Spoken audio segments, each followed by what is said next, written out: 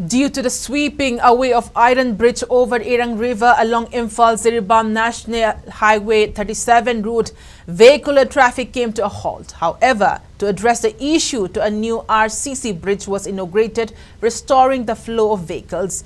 Unfortunately, flooding in the Courtland area along the same road stretch further disrupted travel on the national highway.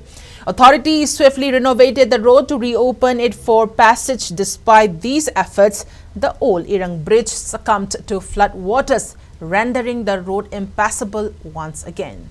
Consequently, numerous trucks carrying essential goods destined for Imphal remained stranded in Jiribam for the past few days. In response to the situation and to ensure the smooth flow of essential supplies, the authorities concerned have taken initiative to inaugurate the newly constructed RCC bridge, which was previously completed but not officially opened. Security personnel have been deployed to facilitate the passage of goods carrying trucks and passenger vehicles, with convoys ensuring safe travel along the affected stretches of the national highway.